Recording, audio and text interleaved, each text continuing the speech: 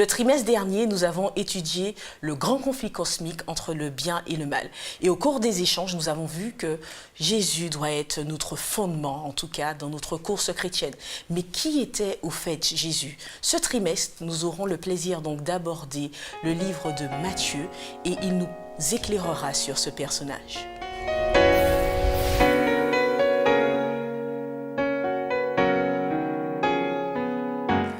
Bienvenue chers amis dans votre émission Autrement dit, c'est un plaisir pour moi de vous retrouver en compagnie de Samuel et d'Eddie Michel. Bienvenue à vous deux. Alors ce trimestre, nous allons nous attarder sur le livre de Matthieu et nous allons comprendre un peu le message que Matthieu a pour nous et plus précisément comment il aborde Jésus, comment il décrit Jésus, qui est-il et autres. Mais pour commencer, pour comprendre ce personnage, qui était-il Matthieu? Que savons-nous de lui, Samuel? Alors Matthieu était un publicain.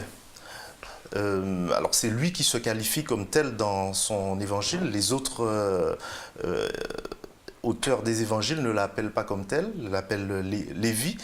Et donc il collectait l'impôt pour les Romains. Et donc de ce fait, il n'était pas bien vu de ses contemporains. Mais nous savons, de par les évangiles, qu'il a été appelé par Jésus et il a été un disciple de Jésus. C'est lui qui est l'auteur de cet évangile. Et quels sont les thèmes alors qu'il aborde tout au long de cet évangile? Alors Matthieu va aborder plusieurs thèmes.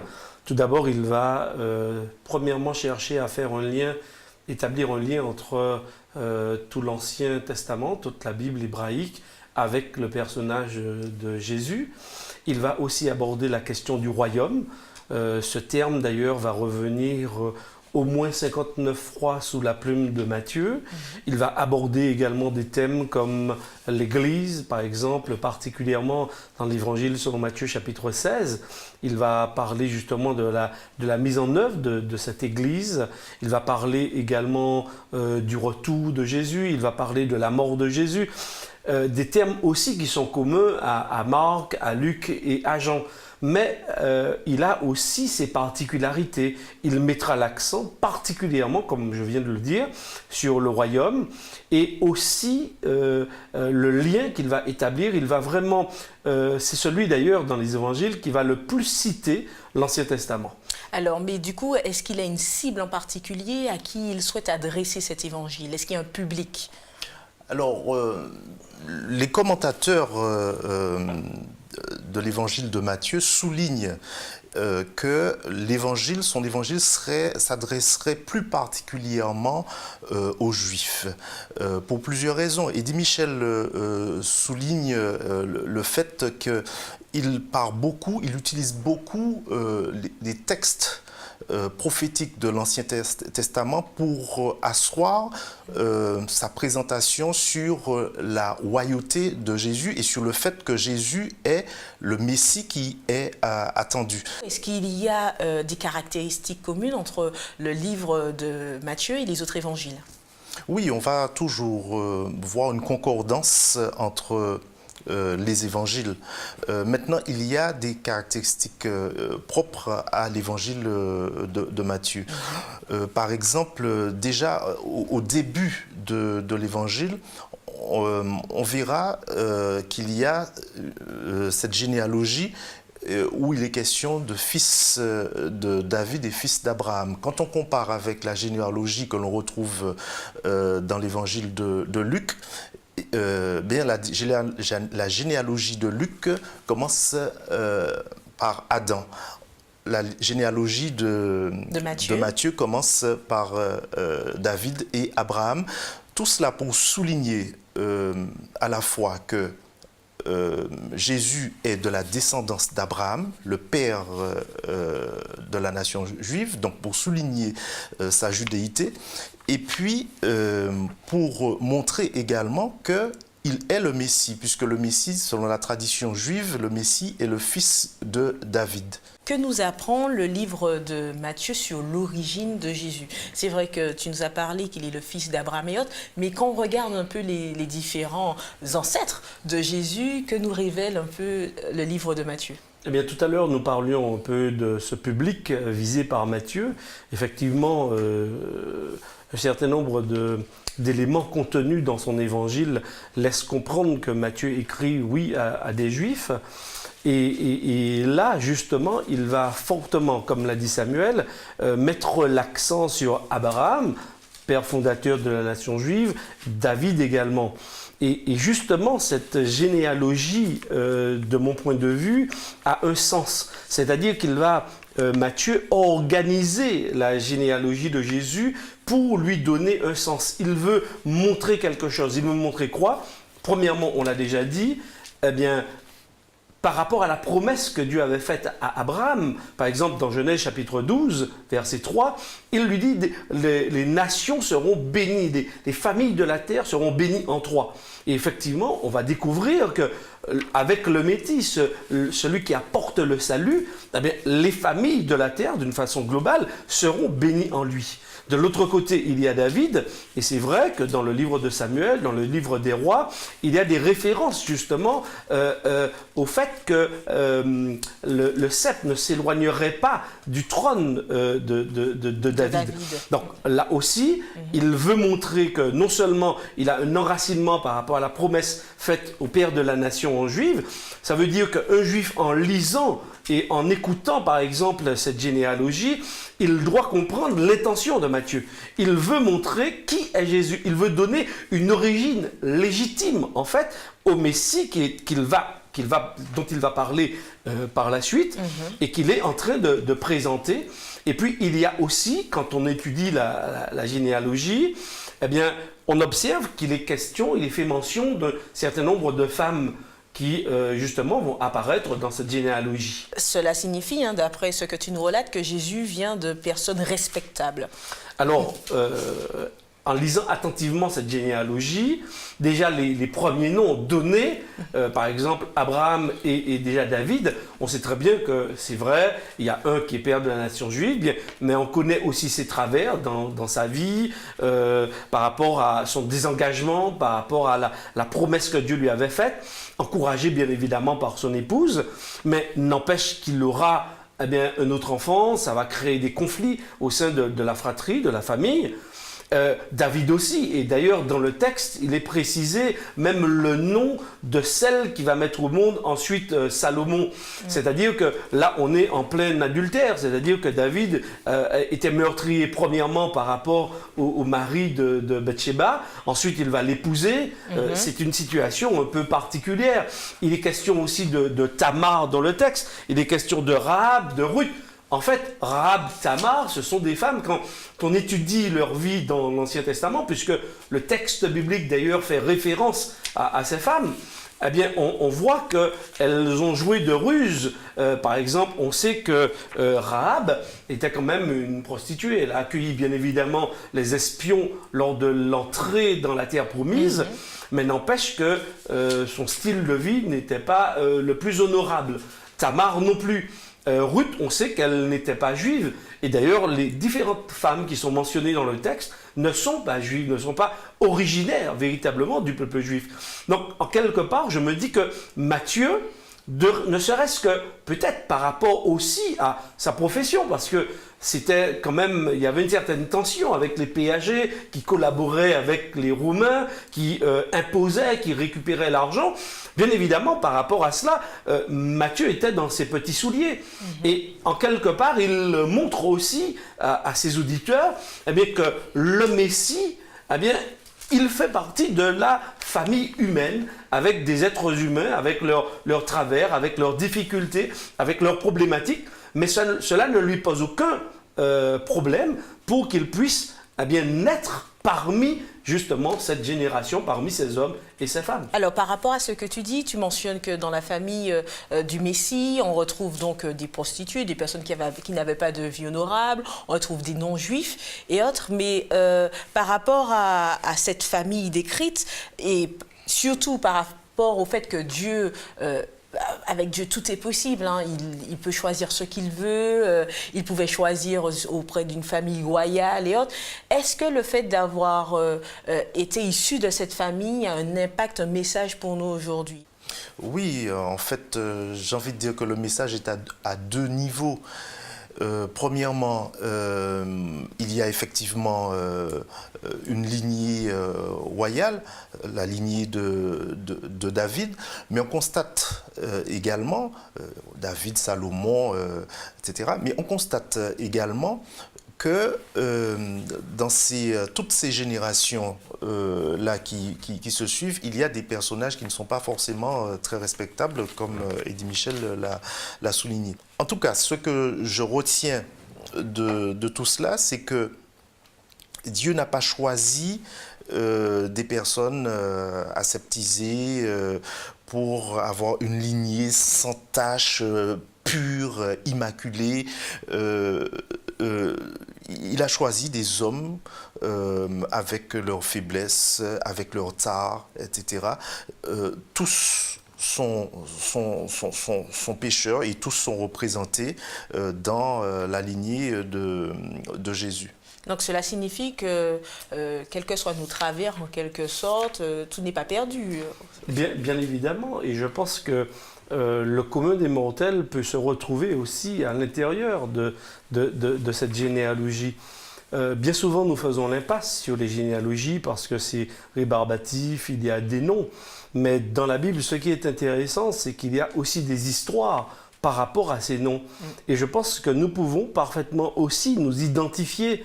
Et si Jésus est né, justement, Matthieu a fait ressortir cette généalogie de Jésus, nous pouvons aussi nous intégrer en quelque part dans cette généalogie. Nous pouvons nous sentir concernés par cette généalogie.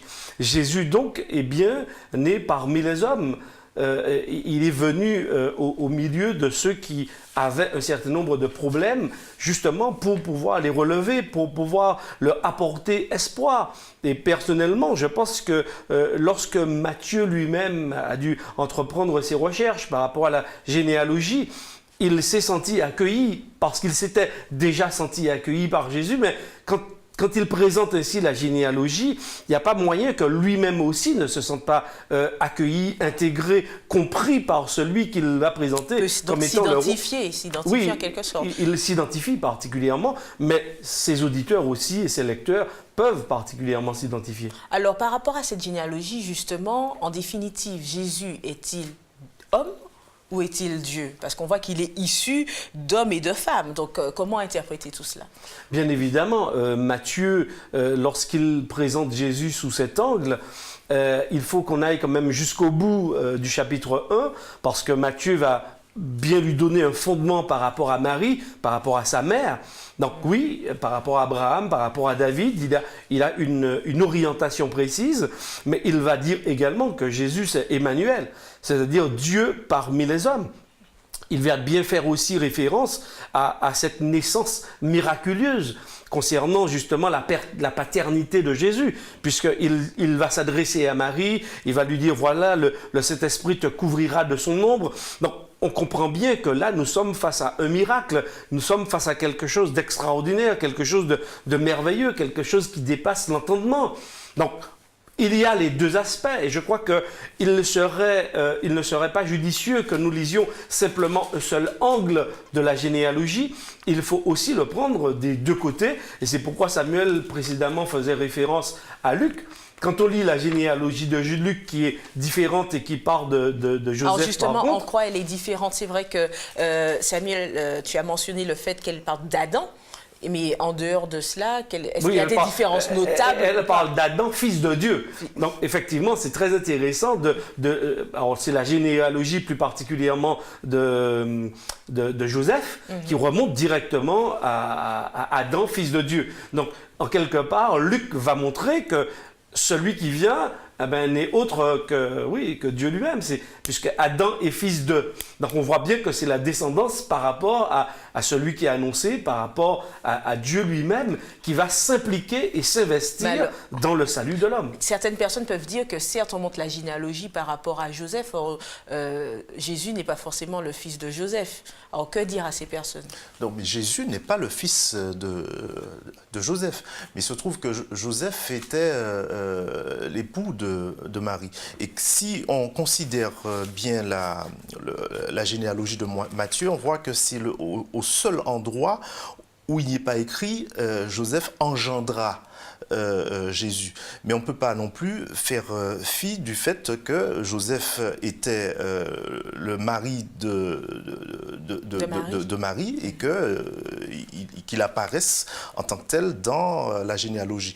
Mais on peut également dire que Marie n'est pas la mère de Jésus.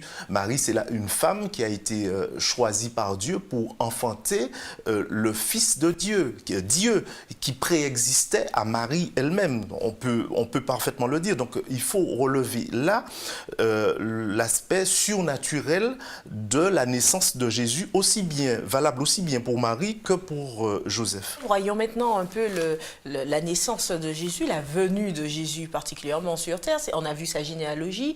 Là, nous voyons comment Matthieu, dans les premiers chapitres, et nous vous invitons à lire le chapitre 1 et 2 de ce livre, où nous voyons qu'il naît et qu'il y a un signe qui est donné au roi mage, à des rois mages. Et parallèlement, il y a une autre attitude au sein du peuple d'Israël, d'Hérode. Alors pourquoi il y a ces deux attitudes alors que par rapport à ce que vous avez dit au départ, Matthieu fait beaucoup de parallèles avec l'Ancien Testament et que ce Messie avait été annoncé par rapport aux écrits prophétiques. Normalement, le peuple devait attendre ce Messie. Or, il semble avoir une attitude complètement différente des rois mages qui, eux, sont ravis de pouvoir accueillir cet enfant. Comment interpréter cette différence d'attitude ? Eh bien, c'est une attitude que l'on découvre encore aujourd'hui. Parfois, on peut être dans l'église et ne pas être sauvé. Et puis, il y a de ceux qui sont à l'extérieur, qui arrivent à la fin et puis qui seront sauvés. Là, en l'occurrence, les mages, parce que la Bible ne parle pas de rois, ce sont des mages. Les mages viennent d'Orient, certainement de Perse, et ils ont entendu parler de Jésus certainement à l'époque de Daniel. Ils ont commencé à étudier les textes à cette période-là et ce sont certainement des sages et ils viennent parce qu'ils ont étudié les textes et ils savent qu'il y a quelque chose qui doit se passer à cette période-là. Et on voit parallèlement l'attitude du roi Hérode qui est juif et qui aura une attitude beaucoup moins accueillante, si je puis dire, et qui va tout faire pour contrecarrer les plans de Dieu et pour supprimer cet enfant qui doit naître.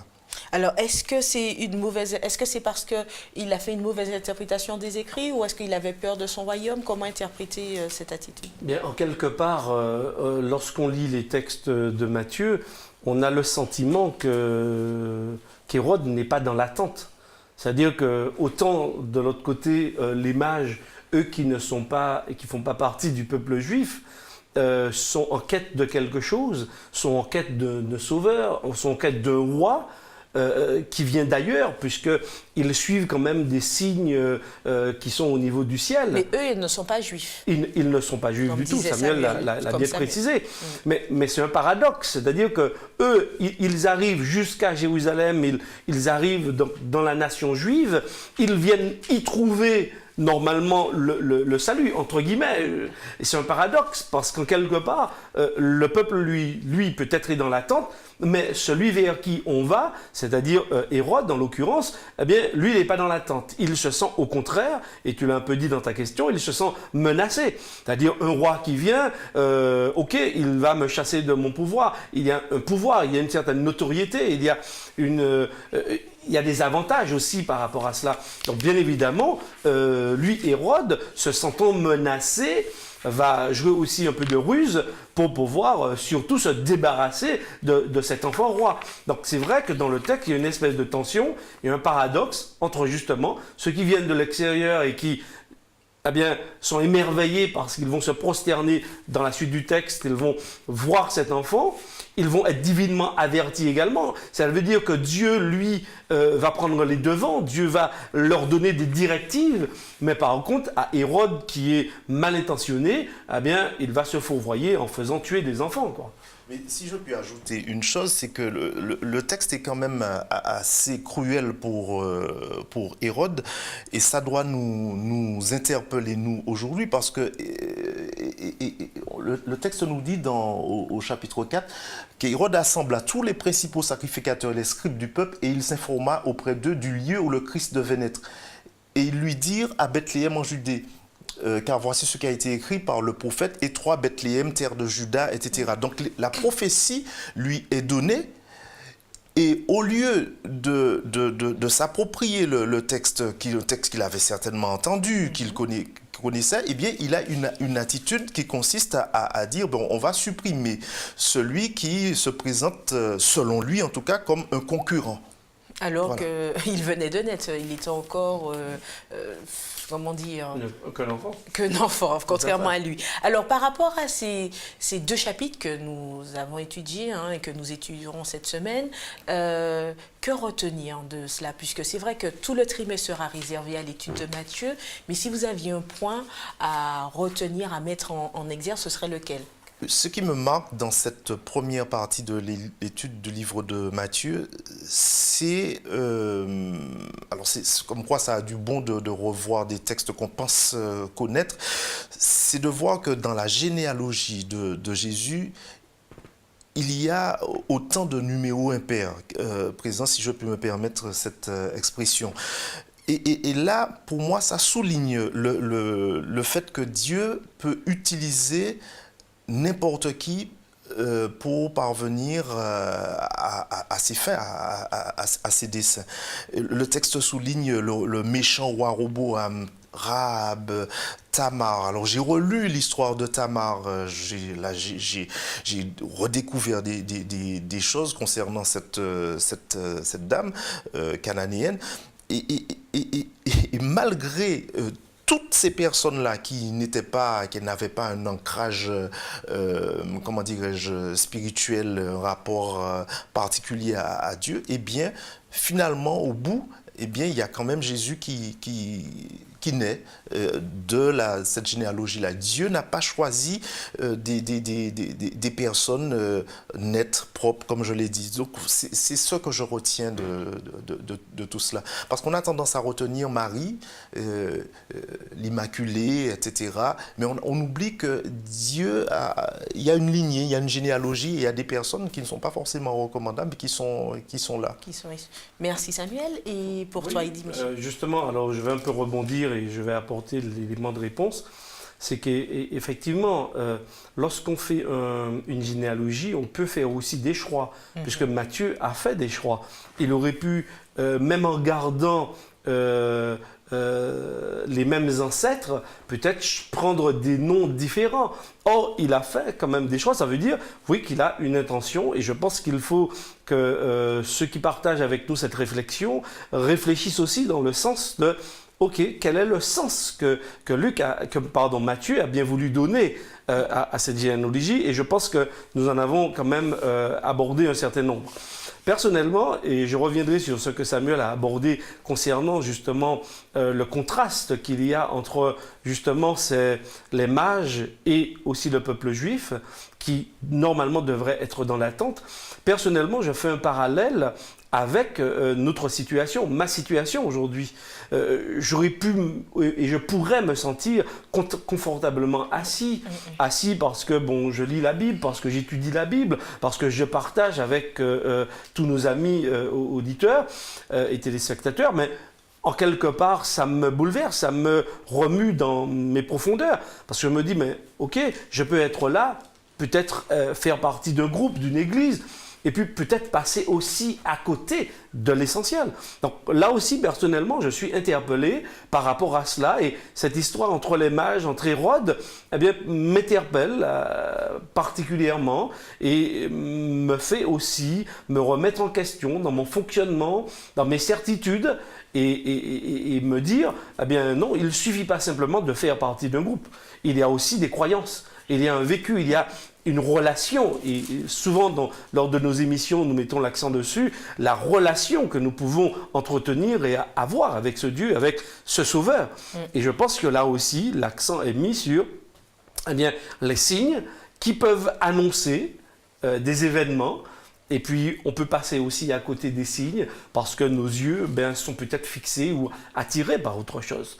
Donc, j'invite nos amis à réfléchir aussi autour de ces Rester questions. vigilant et à faire cette introspection, même si, comme Samuel l'a dit, Dieu utilise toutes sortes de personnes, quel que soit le travers et autres, mais dans la mesure où, selon ce qu'on a vu avec l'histoire de Tamar et compagnie, dans la mesure où il y a un changement de voie, puisqu'il y a une introspection qui est faite et il y a un changement de cap aussi qui est opéré. Merci de nous avoir suivis et nous vous donnons rendez-vous un prochain Autrement dit.